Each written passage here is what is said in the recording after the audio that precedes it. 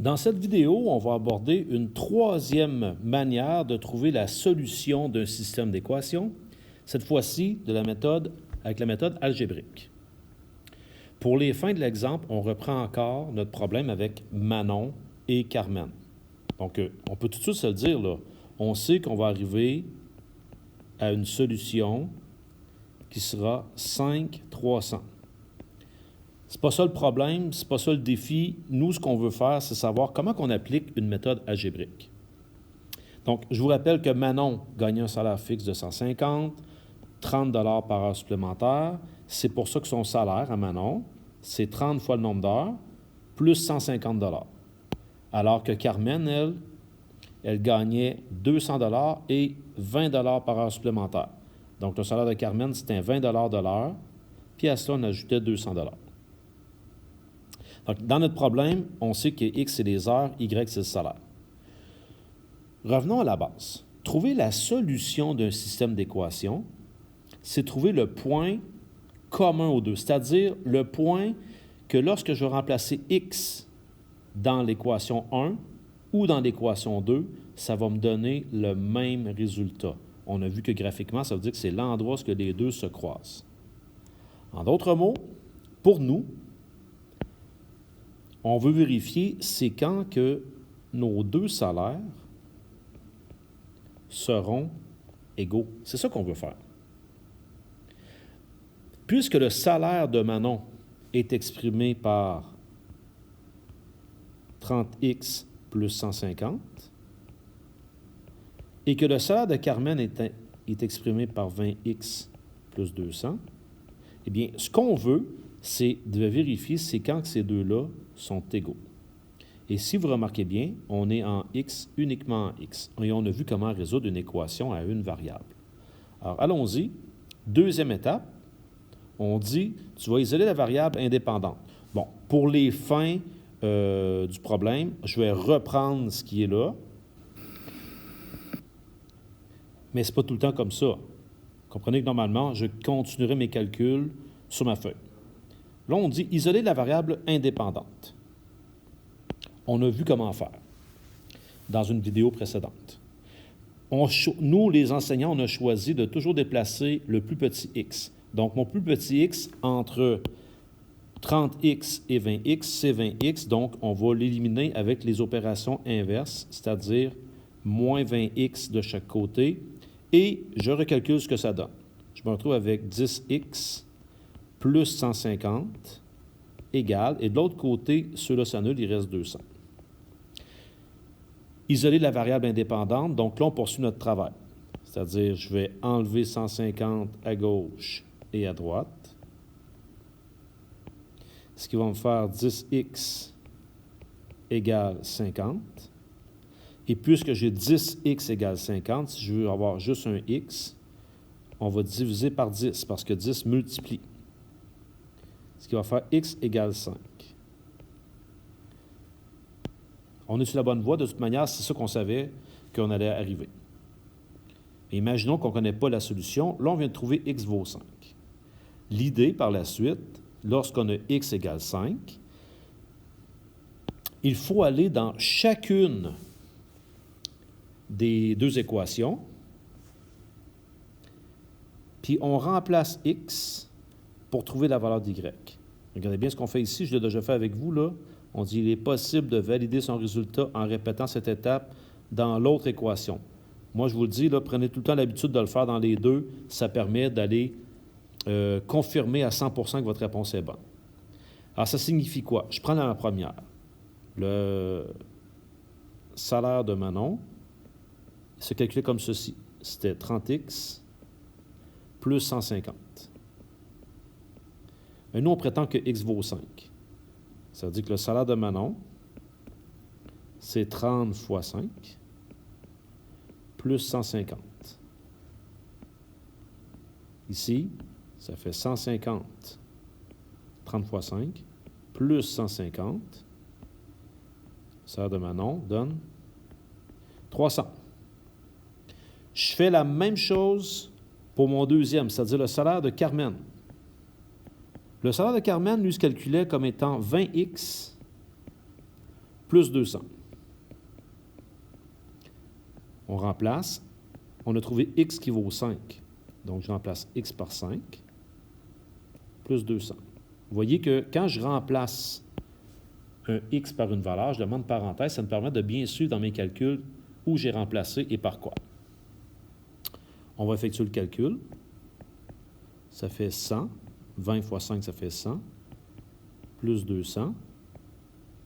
Donc, le salaire de Carmen donne 300. Et c'est exactement ce qu'on voulait. J'ai remplacé x par 5 dans ma première et dans ma deuxième, et dans les deux cas, ça donne 300. Imaginez que j'arrivais ici à un autre chiffre que 300 et que j'avais une valeur qui était juste ici. Il y a une erreur quelque part, ça veut dire que ma solution n'est pas bonne. Mais là, ici, la solution est bonne. Donc, donner la solution ici, bien, dans un cas où il n'y a pas de contexte, on pourrait dire que c'est 5 300. Dans le cas où est-ce qu'il y a un contexte, on pourrait dire pour 5 heures de travail supplémentaire, Manon et Carmen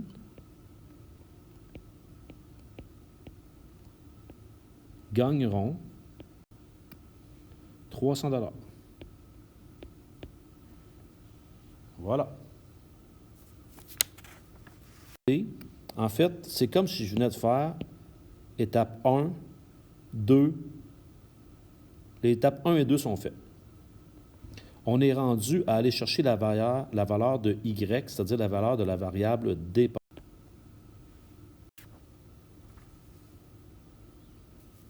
On va aller en faire un ensemble. On va aller faire le numéro 3 de la page. Attendez un petit peu pour être certain que je ne me trompe pas. Oui, le numéro 1 et le numéro 3 de la page 15. Donc, on va remonter au numéro 1, juste ici. On nous demande de résoudre ceci algébriquement. Donc, algébriquement, je répète, c'est ce qu'on vient de faire. Donc, dans un premier temps, première étape, on a y1 égale y2. Parce que trouver la solution, c'est lorsqu'on aura la même valeur pour y. Et mon y1, c'est 2x plus 5.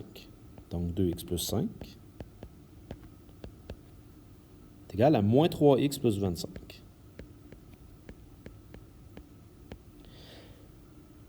L'étape suivante consiste à isoler la variable indépendante, c'est-à-dire il faut isoler notre x.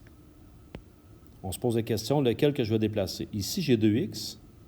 Ici, j'ai moins 3x. Moins 3x, c'est le plus petit, donc c'est lui que je vais déplacer, en utilisant les opérations inverses, bien entendu. Donc, pour me débarrasser de moins 3x, je vais faire plus 3x de chaque côté, et je vais réécrire ce que ça donne. Donc, 2x plus 3x, ça fait 5x, plus 5. Et de l'autre côté, ça disparaît, il reste 25. Et là, il vous reste uniquement à isoler la variable indépendante, c'est-à-dire le x. Donc, je vais enlever 5 de chaque côté, ce qui fait en sorte que j'ai 5x égale 20. Et si j'ai 5x et j'en veux un seul, je vais diviser par 5. Je me retrouve avec x égale 20 divisé par 5 qui donne 4. On arrive à une valeur entière.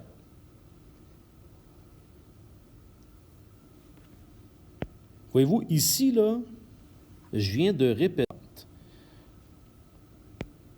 Donc, je pourrais ici, j'ai trouvé x, je pourrais dire deuxième étape, y1 égale 2x plus 5. Ça veut dire que y1 égale 2 fois x vaut 4, je le mets en parenthèse, plus 5. Ça fait 8 plus 5. Ce qui me donne 13.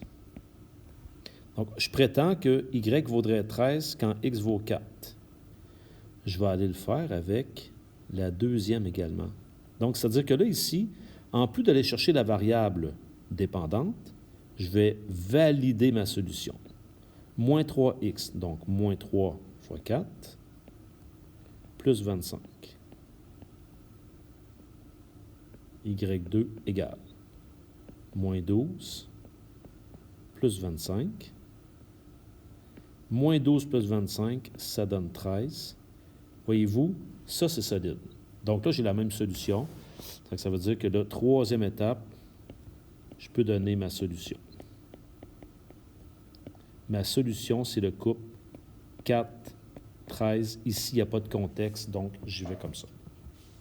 Et on complète avec un autre problème écrit. On va aller voir le numéro 3 ensemble.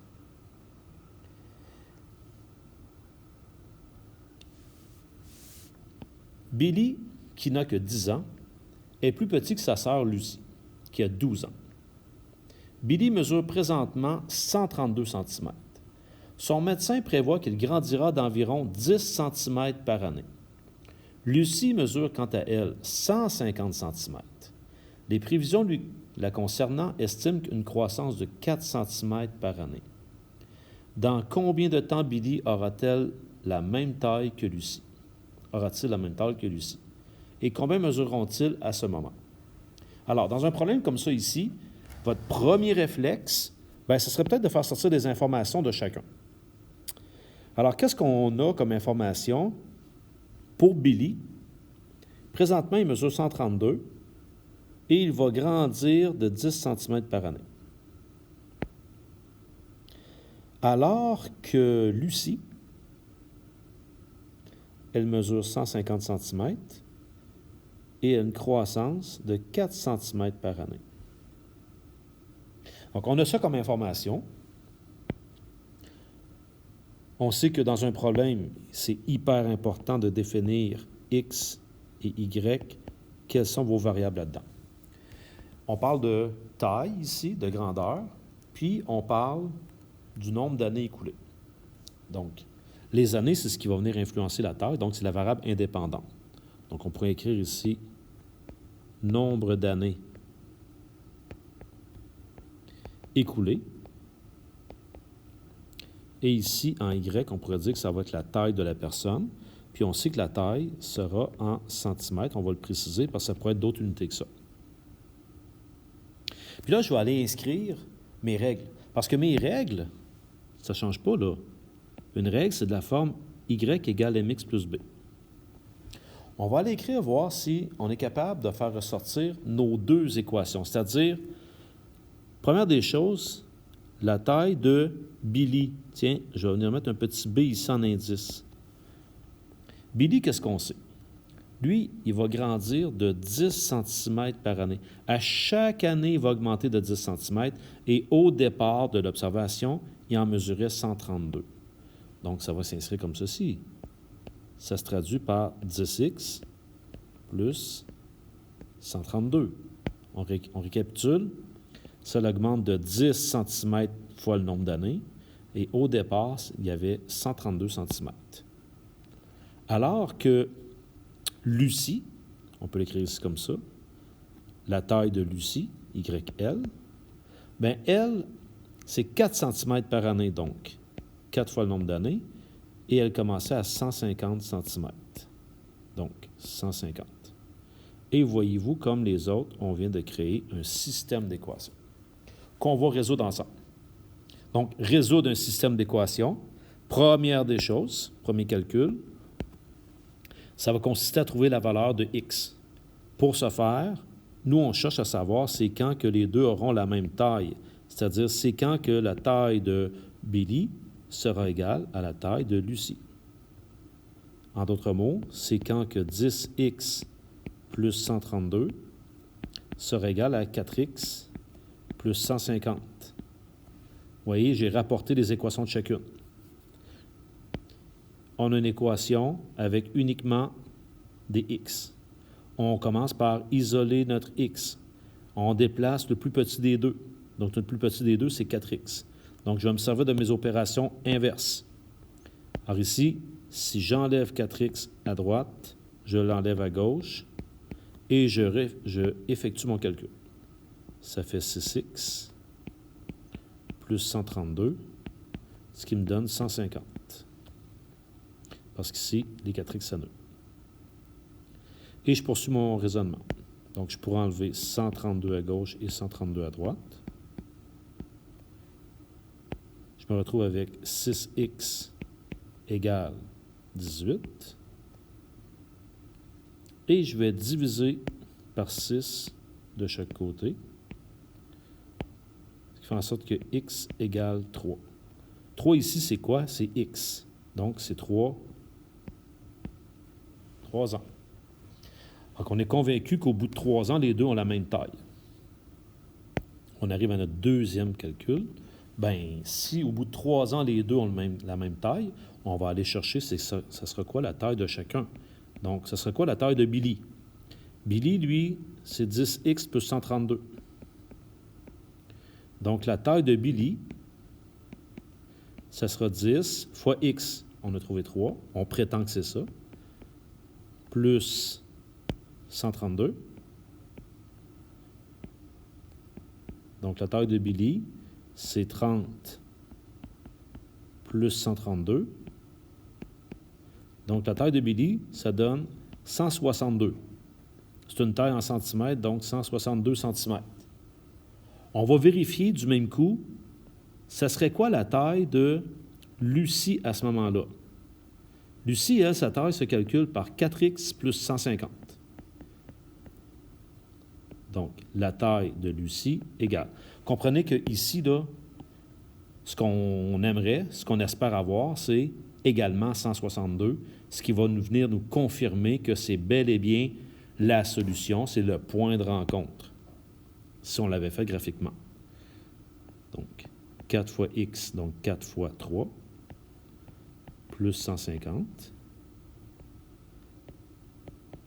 ce qui donne 12 plus 150. On se retrouve avec une taille aussi de 162 cm. Donc, on est en mesure de donner notre solution. Étape 1, je trouve mon x. Étape 2, je trouve la valeur d'y en validant dans les deux. Étape 3, je peux donner ma solution.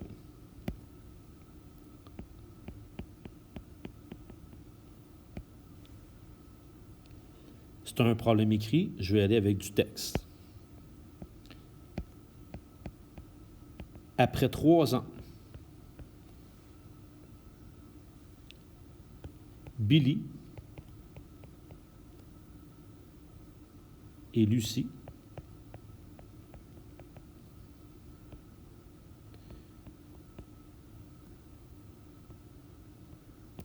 mesureront tous les deux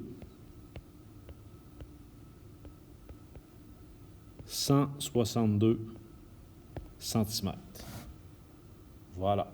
Donc, si vous regardez bien, là, on a validé, dans l'étape ci, on a validé, on a trouvé notre x, on a établi nos équations clairement, on avait défini nos variables,